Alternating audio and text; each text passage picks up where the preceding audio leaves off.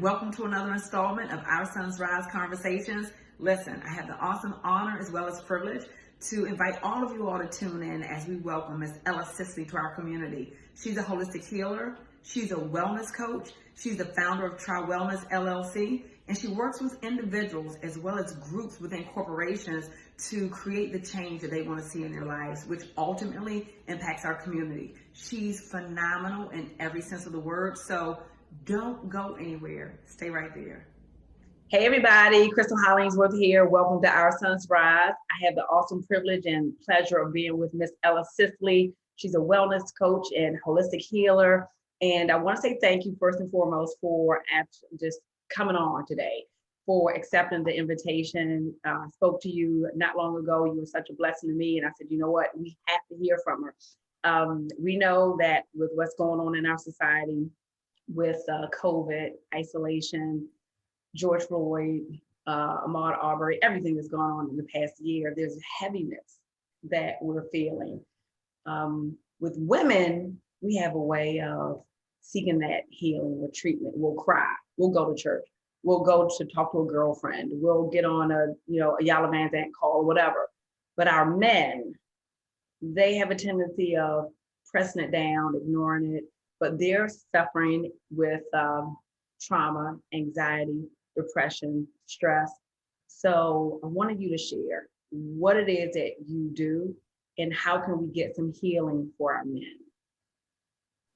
Well, first, thank you so much for having me. I appreciate the warm welcome and definitely the invite, and hello to your community. As you stated, I'm a holistic healer. More specifically, I'm a Reiki master. I read tarot cards. I balance chakras in the body, right? This is something that you may have heard of, a chakra, but we'll get into that.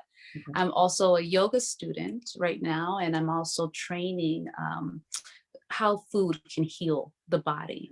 So those couple things that I'm working on. So if I don't have a token for you now, I might have one down the road, but these are just tools, right? So think of me like a repairman with energy, right? I walk around with these certain tools as it is right now to help heal the spirit. And I totally agree with what you're saying, that, our men may have more of an uphill battle in terms of healing the spirit and mending the heart, because that's really what it is, right? A lot of men have broken hearts, but don't really realize that because they've been conditioned not to feel in our society, right? That it's a weakness of sorts, right? Or that they can suppress and reject. And sadly, the outcome of that is that a lot of men will die never experiencing love, peace, fulfillment, things like that, right? So, the man is the sun, right? And the woman is the moon. One cannot shine without the absence of the other momentarily, right? So you got to put yourself together in those moments, right? Mm-hmm. So a lot of men, like I said, they're not in touch with their feelings, mm-hmm. right? In addition to finding vulnerability as a weakness. Oh, so it's a double compound, right? Yeah. And so they have a little bit more of a challenging time. But the reality is that just because we're not aware of the energy doesn't mean it's not there. Doesn't mean we're not responsible for healing it. Whoever did the trauma, you're still responsible at the end of the day for healing it, right? Mm-hmm. And you're just like, well, how do I know if I've endured trauma? We all go through traumas and dramas, all of us, each of us, right? A lot of us still. I'm sorry, sister. Do you get men that actually come to you? Because I know right now if a man's watching, he's going, "Oh, this is foo-foo. This is really feminine." Do you have any male clients? I do. I have male clients, who are, they're in touch with themselves. They're aware, whether that's through, their toxic relationships that they have in their life, the feelings that they go home with at night, night terrors, things like that, PTSD. Men go through it just like us. Yeah. They're abused, right? They go through their traumatic events, right? And so I do have men that are no longer, they come to me with a sense of, I'm tired, I'm frustrated, I no longer want this pain in my life, I want to feel better. So truly, it's only when we feel that sense of disgust with how we feel and how we are operating and are willing to make the commitment right, to actually change that and want better for ourselves, right? Because just like any negative, toxic thing in life, if I was, an alcoholic, I can't say I want to heal and then continue to go to the bar right after AA, right? It can't be that way. I have to be committed to my healing, right? And maybe Reiki's not for you in terms of the healing, right? But you have to find a way to release it from your energy system and let it go. So what is Reiki exactly? What does it So comprise? Reiki is an ancient healing technique, right? So we have to think about, before we think about healing and medicine and things like that, there were cultures, that were healing themselves way before X-ray machines and contemporary medicine kind of came into play there. Right. You had the Chinese were doing herbalism. You had, in the Indian culture, they were doing yoga. In the Japanese culture, they were doing Reiki. So kind of, if I could relate it to anything that most people would be familiar with, it's like when Jesus lays his hands, like in the Bible, and people found healing through that. It's the same effect, all right? So this energy is being channeled, all right, from the universe, higher power, comes out the palms of my hands, right? And it helps to break up any stagnant energy that may be in that person's, that they're in that person's energy centers, right? So each energy center, you have them throughout your body, but there are 7 primary centers of the body, right? And they each work like a wheel or a gear, okay? So think about if something were to kind of come in and get stuck, this wheel would not spin optimally. Sometimes it would spin maybe slower, or sometimes it would be totally out of whack with the things that we put in our energy systems that is working overtime, right? So these wheels, they affect others on the way up. Okay, so these energy centers, not only are they responsible for certain aspects of the being that you are, they're also connected to endocrine glands in the body. Okay, and endocrine glands, for anyone who doesn't know, the endocrine system is responsible for regulating hormones in the body. Okay, so whatever you're feeling, going through, experiences, if this wheel is on overdrive, those are exactly the hormones that are getting kicked out into the bloodstream and into the surrounding organs, right? So it's believed that the center of all diseases and ailments comes from a disturbance in our energy, right? Because at the end of the day, that's all we are. So we're an energy source. I would always say dis-ease causes disease. Dis-ease somewhere in our body causes disease. And when I know we spoke earlier about Deepak Chopra and the gut, that gut feeling, and you were sharing earlier that there really is something to listening to our gut. And so does that all tie in together? For sure, for sure. I mean, we have a natural intelligence inside ourselves, very intelligent system. We know how to heal ourselves. We can identify typically what's wrong, right? Where we were all born intuitive before the world conditioned us to this trauma and violence and all these things that happen, this hate that's in the world, so thick, right?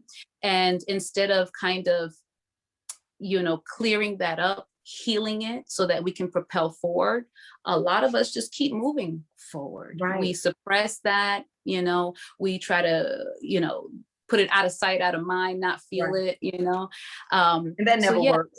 It never works. It never truly does. But, in the same way that you were created, right? So you have life force energy. That's what we call it. You have life force energy, the key of life, right?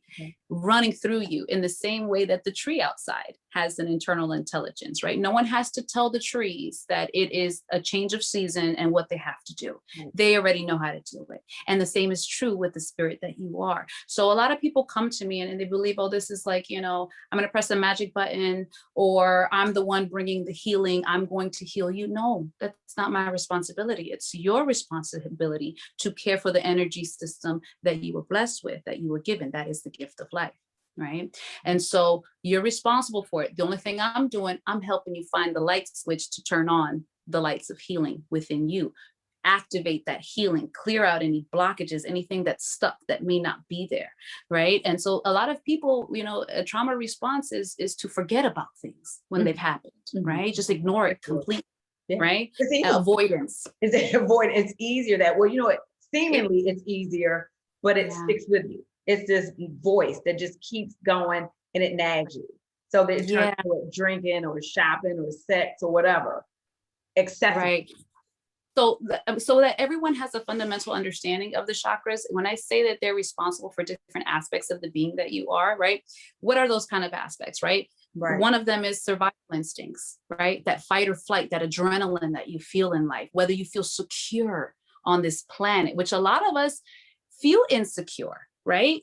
Think about everything that's going on in the world. I feel insecure going to the grocery store, right? Our sense of security has been deeply uprooted Absolutely. because of COVID.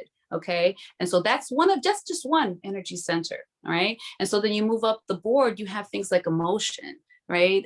Feelings. Well, some of us are just, we've numbed out feeling because there's so much pain there. We can't even get through that. So there's a blockage there, right? Moving on up the line, right? So now your self-confidence is affected, right? Because you don't have the love. So you see how these gears intricately work together, right? And so any disturbance that you hold could eventually manifest into disease, ailment. Now you got a cyst, right? Something going on. You have diabetes, anxiety, high blood pressure, insomnia, right? That's a physical manifestation or a symptom of a disturbance with the energy. Wow, because I do life insurance. That's what I do. It's my trade. And I see it all the time, especially in Black and brown communities. We oftentimes have high blood pressure, diabetes. And I also see a lot of anxiety medications because there's a question on there. And they ask whether or not you have depression, anxiety, bipolar. And even if we don't actually seek a therapist, we are getting medicated. We are getting that help, but it's through medicine. And so for me, it seems like going to actually talk to someone, getting healing gets to the root of that issue versus just medicating yourself. Right. Medicating the symptoms. Right. And so, I mean, I'm actually in one of the training courses that I'm taking now. They had a doctor come on and say that in medical school, the doctors are taught to prescribe the medicines, not actually heal, but just how to work with the symptoms that are already there, which doesn't seem like true healing to me, right? Because then you end up, this is why we have a high population of people that are addicted to things in the world. That's right. Right? We have addiction. And then, that medicine, it almost blinds our spirit where we can't see or receive or feel appropriately, right? People have like mood stabilizers out there, right? So you've been blocked to even feel, right? And that's a key component of who you are. If we are comprised of body, mind, spirit, and emotion, you block out the emotion, it's going to affect the others because again, everything is intricately designed. And so what people don't understand is if you're energy, I'm energy, right? We all run on one grid. Okay. We're all on one grid. So if I allow my neighbor or even myself to vibrate at a low frequency, I'm pulling some of that grid down, which is why it's so thick here, why it's so heavy here, right? So instead of lifting each other up, we almost kind of tear each other apart because that's what we do to ourselves, right? Think about when something is impactful or traumatic or something has happened and you blame yourself for it. Absolutely. Why did this happen to me? And especially men, because men are not taught to talk about things that bother them. They're taught to just kind of take it, right? And unless you had as a man, unless you have a mother, right, or a grandmother, auntie, a woman, right, to teach you how to walk through that emotions at an early age, most men are, they don't have that intelligence about emotions when they get older. And not even to deal with themselves, right? Not even, but that's what pains me. Not even for themselves to be forgiving and loving and compassionate and nurturing of oneself. Unless a woman teaches you to be nurturing, how else would you know? But let me ask you this. Right? Do you think it starts with at childhood? And I think about me raising my boys, they fall down and you instinctively go, get up, don't cry, stop. And so that carries over into adulthood. And then when you're in a relationship with a guy that's been taught to stop, don't cry, brush it off, you're okay. And you go, well, what's wrong? Nothing. What's wrong? That conversation that you cannot get the answer out. You continue to go, what's wrong, sweetheart? Nothing, I'm good. And something's wrong. So is it conditioning? You think part of it is conditioning? I think it definitely is. We don't teach our men to talk about things, to let go of things, to feel okay in that sadness, to express disappointment, to express, certain emotions that need to come out, right? And so the body, I mean, in healing is a two-part process. You have to kind of attend to the wound, right? And then you have to kind of nurture it so it doesn't happen again. Think about, like, this is when we go get cut and we put a Band-Aid on top of it, right? We have to let it heal fully. And some of us, we just go on with scrapes and bruises from childhood since before we were even born. Some of us have been absorbing trauma, some of us in the womb were absorbing trauma. My mother, for example, she is a product of rape, right? So think about that. There are people like that. Think about if you were conceived and mom and dad didn't have a good relationship, you were absorbing trauma because the amniotic fluid that surrounds the baby, right, has an intelligence to it. Everything has that internal energy and internal intelligence. So that baby felt that pain, that it had that experience, had that fear, that worry, that doubt, all of that. This is why we tell pregnant women, right? Stay in good spirits. Don't get upset. You'll upset the baby, things like that, right? And so again, some of us, our pain and our wounds run really deep.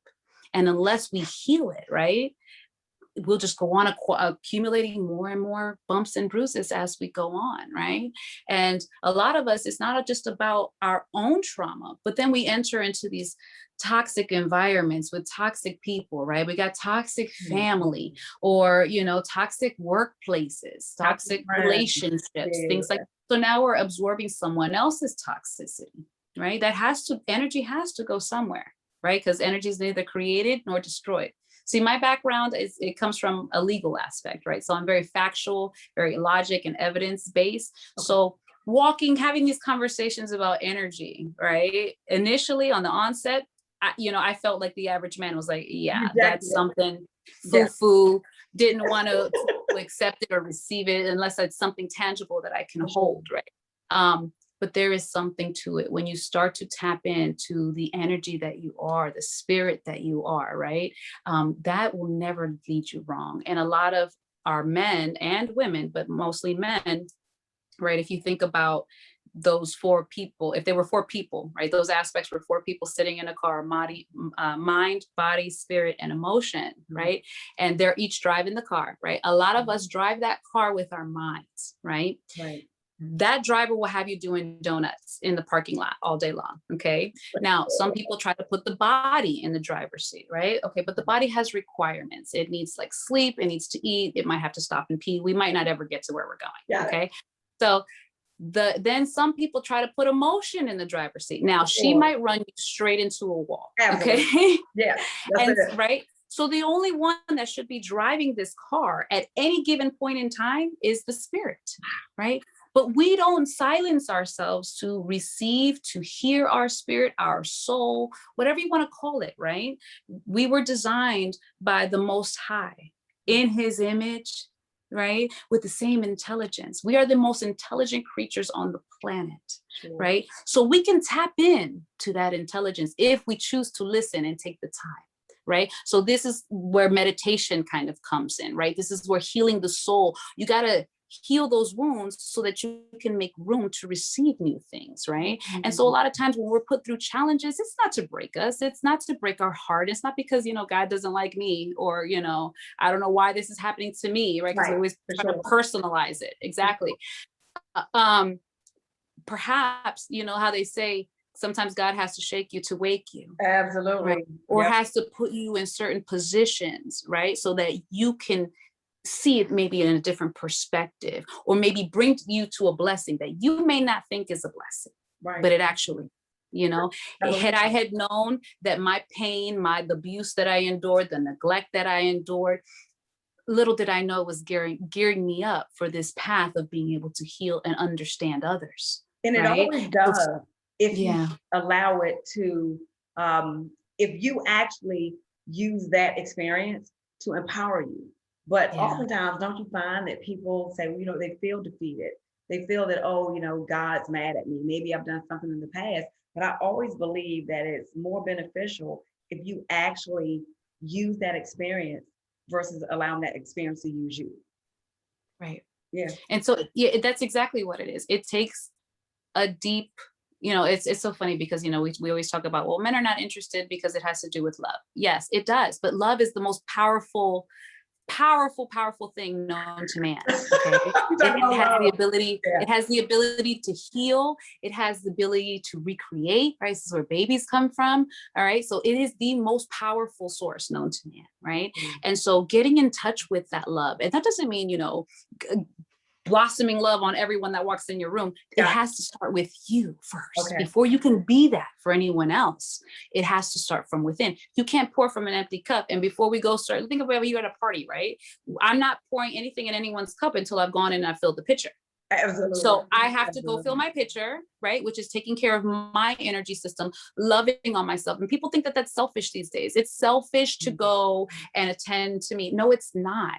On the contrary, actually, if you seek to give quality energy, it has to come from a quality source. Yeah. Right. Yeah. I mean, just in the logical, physical sense of the word, right? Pulling energy from one source to another, you're going to have a stronger impact if that's a solid energy source, right? It's not going to be flickering. It's not going to be, blow and a fuse or anything like that. It has to be a solid energy source.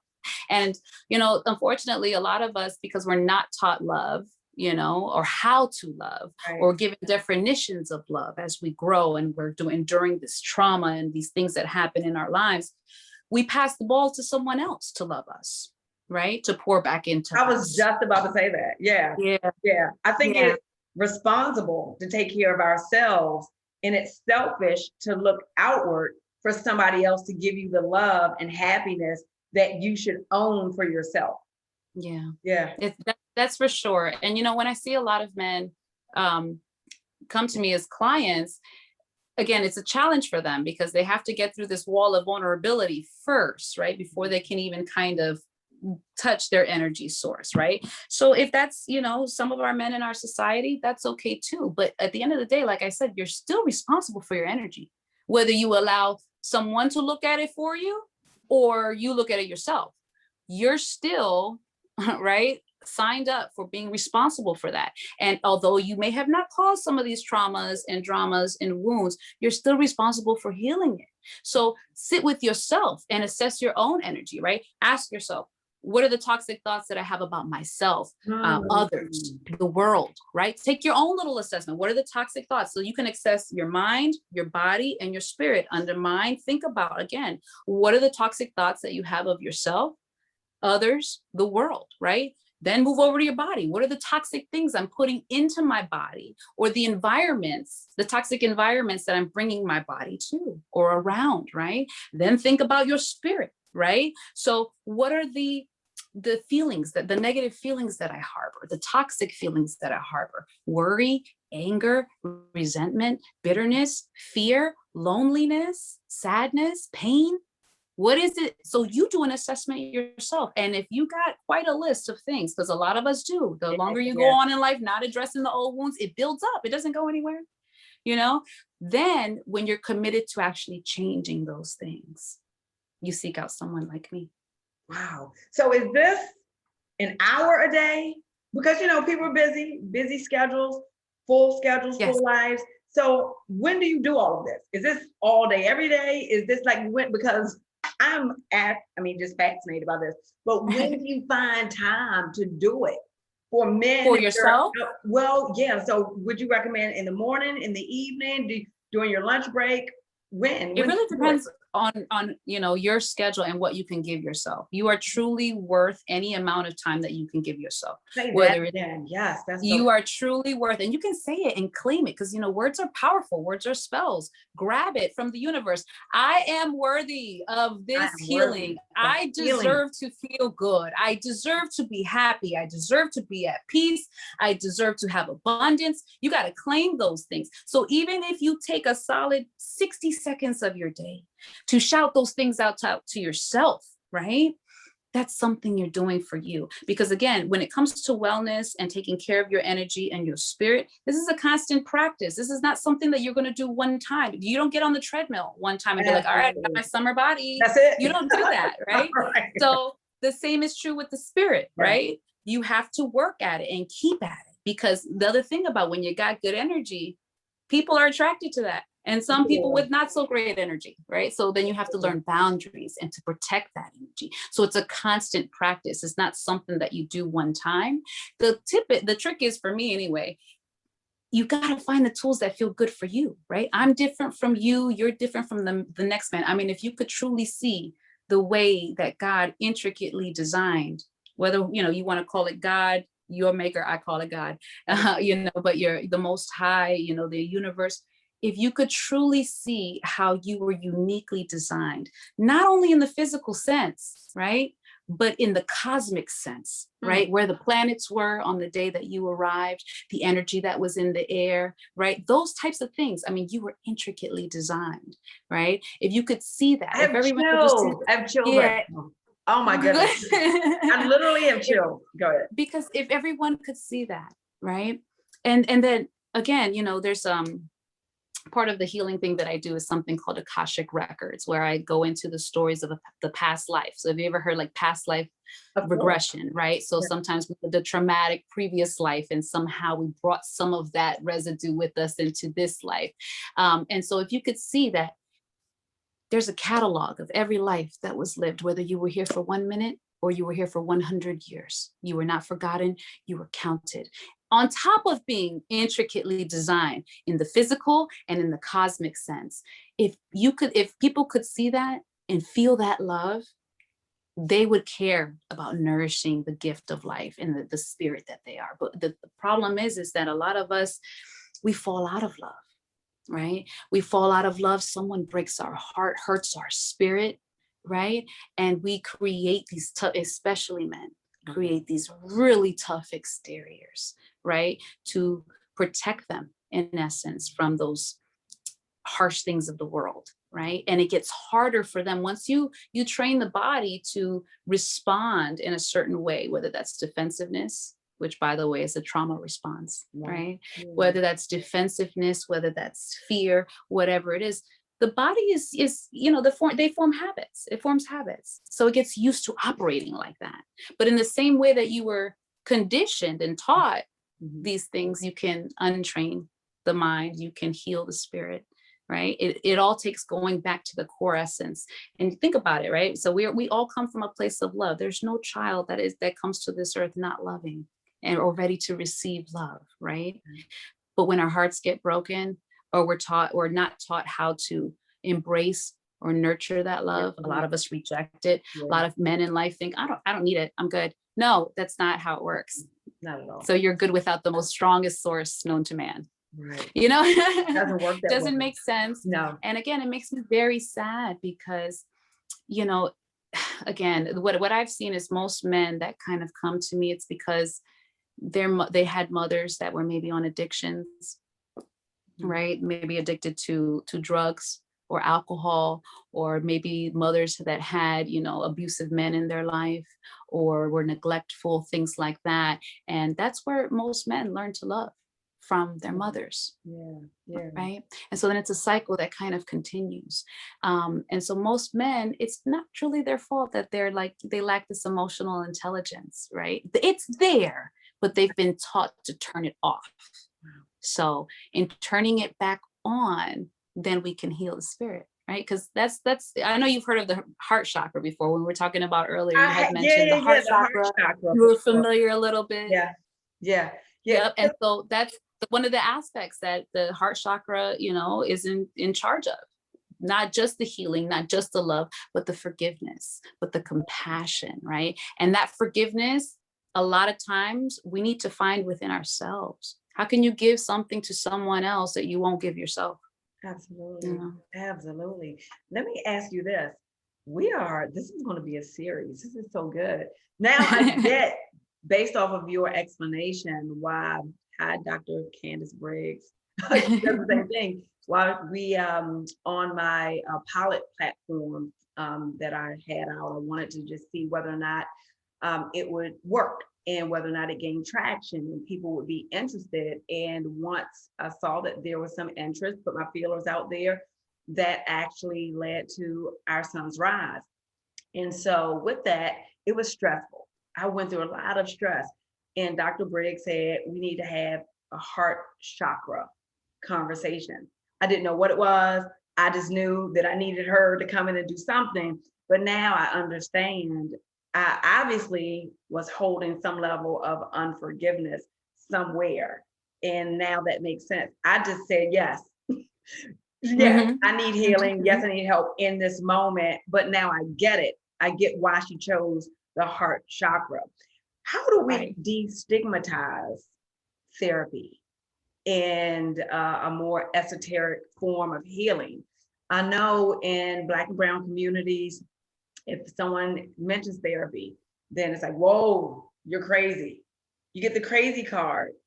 How can we Yeah. work to try to destigmatize that crazy label? Yeah, I think a lot of us have different definitions of what healing looks like. If we don't even know, right? We're not even on the same page of what love looks like, right? Yeah. A lot of us find ourselves in the same boat when we talk about healing. Well, what is that defined as? What does that mean? Oh, I heal myself. I have a beer every Friday, right? Things like that. That's not healing, right? So I think we start to destigmatize it by talking about it more like energy, right? Because that's all there is at the end of the day. I mean, in ancient times, there was an fundamental understanding across cultures, right? Okay. These people didn't have, scientific tools for the most part. Absolutely. They didn't have They the didn't have internet. Google. Right? They didn't have any of that. Yet there was a fundamental understanding that there is an internal intelligence and life force that runs through all living things, right? They called it prana, right, in India. And, like I said, in China, they call it chi. In Japan, they call it ki. Different cultures, they're aware of the same thing, our life force energy. So when you realize that that is all of that is, right? And again, this is something that really honestly should be taught in schools, because no one teaches children these things. And some of our children are living in very traumatic circumstances. I Absolutely. mean, they're socially isolated right now. They're not even knowing how to communicate, right?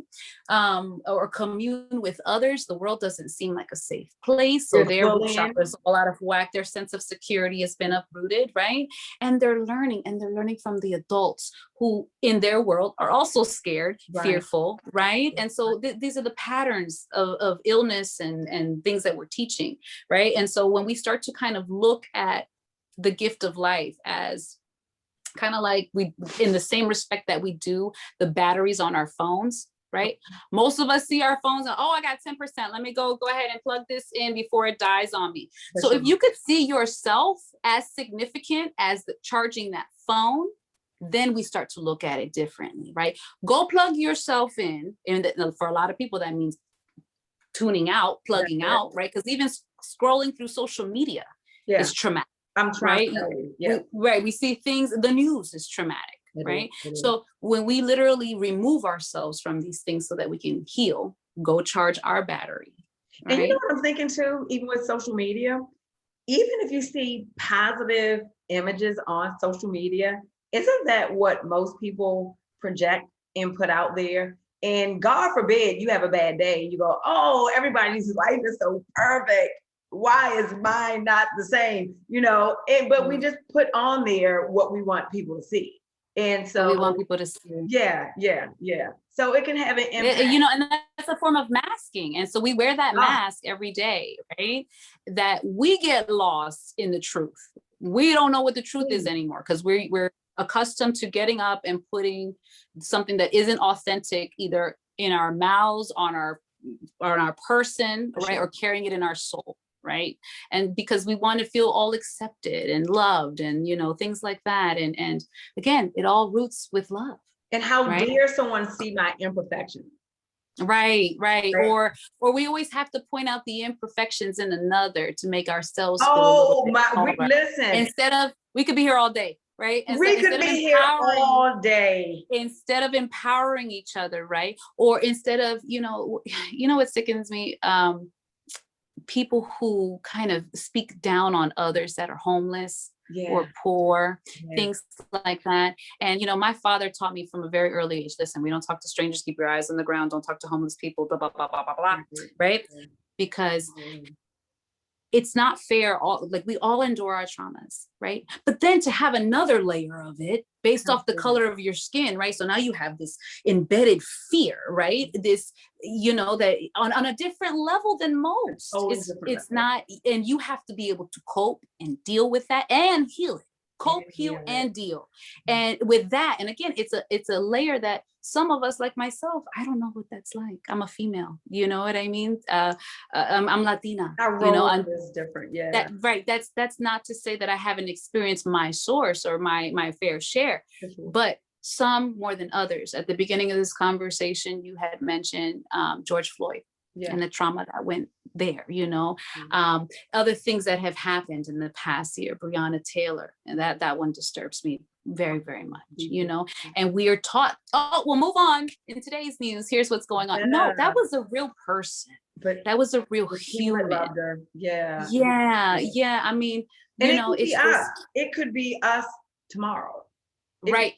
And then again, you have those images that will, for all of eternity, live in your mind of George Floyd and all of that, right? And so the brain records images. And so when we think about, we get nervous in the present of today, right? We're always going to flash back and refer to that image that we once upon a time saw that was traumatic. And now we're coming from a place of defensiveness or fearfulness.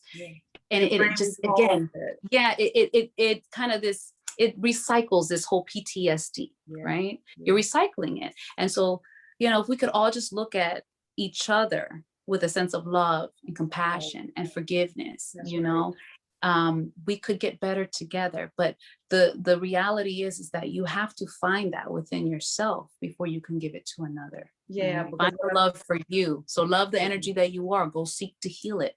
Right? These are just, again, little tools that, the Most High has given us. It's just to you to use them, right? Whether Reiki's for you, right? Or maybe yoga, or maybe meditation, or maybe you like to check in with Source through tarot and get some guidance there, right?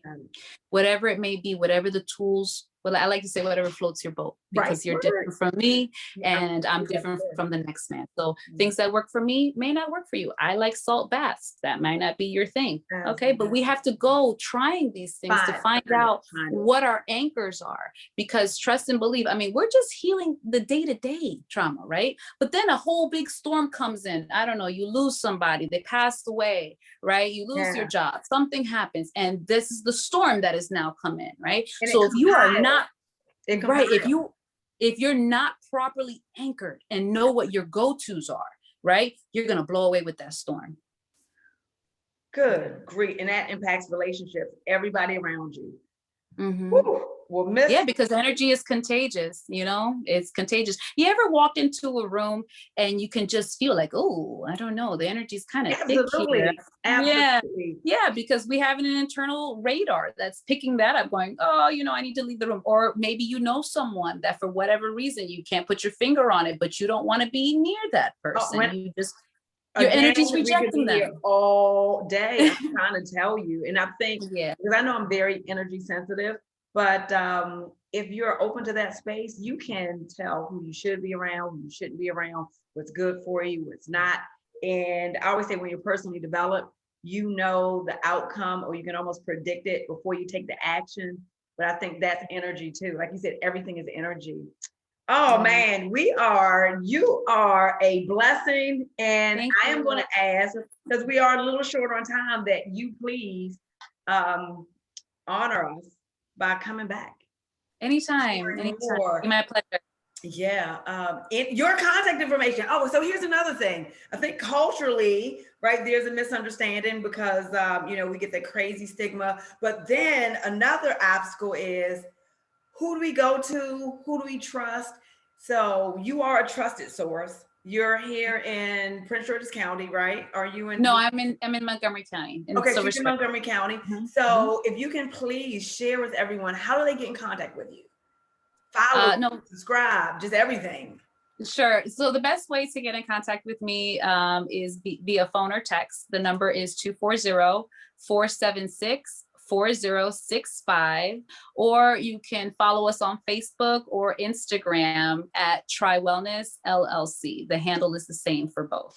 Got it. And so, Yeah, pretty soon we'll have our website up. The website is down for construction right now, but in the next coming weeks, you'll be able to hop online, grab your appointment, be seen, and we hope to have yoga classes coming in the near future as well. Let me know. Will do, for sure. Awesome. Well, everybody, make sure you follow her. You have her phone number, and don't be afraid if you need the help, guys. Go get it. And so, Miss Ella Sisley, thank you so much. Everybody, take care, take charge. Our sons rise.